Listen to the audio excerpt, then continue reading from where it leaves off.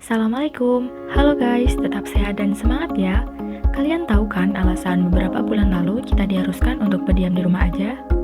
Ya bener banget, karena ada virus corona datang menyerang. Setelah PBB menetapkan virus corona sebagai pandemi, terdapat banyak sekali pembatasan dan peniadaan kegiatan yang melibatkan banyak orang. Seperti penutupan sekolah, restoran, tempat ibadah, dan tempat wisata.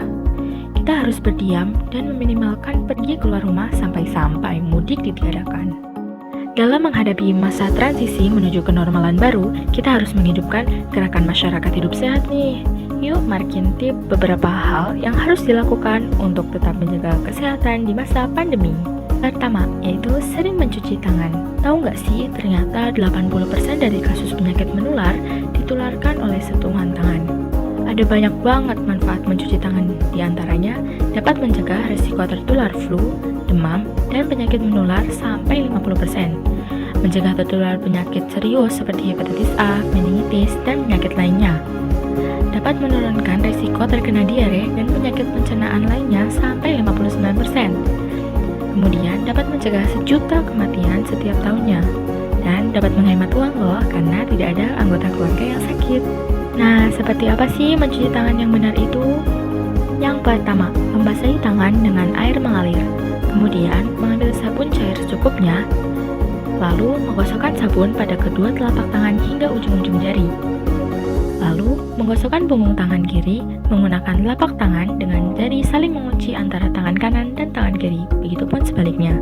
Kemudian, mengusapkan ibu jari tangan kanan dengan punggung jari lainnya dengan gerakan saling memutar. Dan yang terakhir, bilaslah dengan air mengalir dan keringkan dengan tisu atau handuk.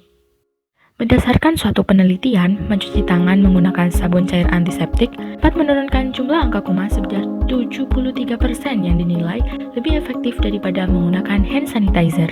Kemudian kita harus memakai masker ketika keluar rumah. Saat kita keluar rumah, kita diwajibkan untuk memakai masker. Masker ini dapat berfungsi untuk mencegah percikan melalui penularan prasimptomatik. Karena kita nggak tahu nih bagaimana keadaan orang yang kita temui.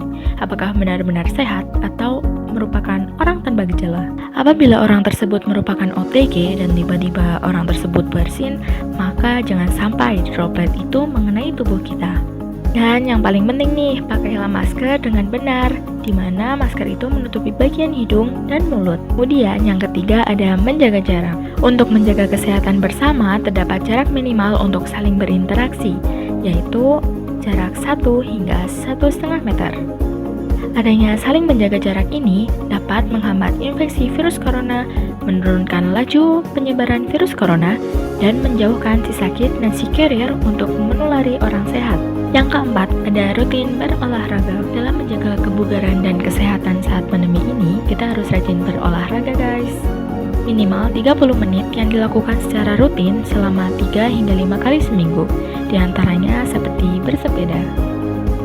Bersepeda banyak manfaatnya nih, diantaranya dapat memperbaiki sistem kardiovaskuler, merawat sendi, meningkatkan kekuatan otot, menjaga berat badan yang cocok banget nih buat kalian untuk menghindari kegemukan, dan dapat menurunkan tingkat stres. Kemudian ada berlari. Berlari dapat memperbaiki suasana hati, mengurangi resiko terkena jantung koroner, memelihara kesehatan lutut, mencegah osteoporosis, dan menurunkan berat badan. Yang kelima, ada mengonsumsi makanan yang seimbang. Selain rutin berolahraga, kita juga harus mengonsumsi makanan yang seimbang antara makanan pokok, lauk pauk, sayuran, dan buah-buahan sesuai kebutuhan dan porsi masing-masing.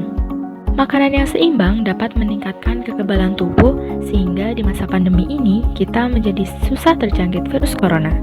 Kita harus memperbanyak serat seperti yang terkandung dalam sayur dan buah. Tak lupa juga, kita harus membatasi nih penggunaan gula, garam, dan lemak dalam makanan yang kita konsumsi sehari-hari karena yang berlebihan itu tidak baik. Dan yang terakhir, yang keenam adalah istirahat yang cukup. Saat kita sudah lelah beraktivitas seharian, badan kita memerlukan istirahat yang cukup seperti tidur siang dan mengefektifkan waktu tidur malam. Karena tidur di malam hari dan nyenyak dapat mengefektifkan sel T dan sel darah putih. Nah, tetap beraktivitas dan patuhi protokol kesehatan ya. Sayangi diri sendiri, keluarga, dan sekitarmu.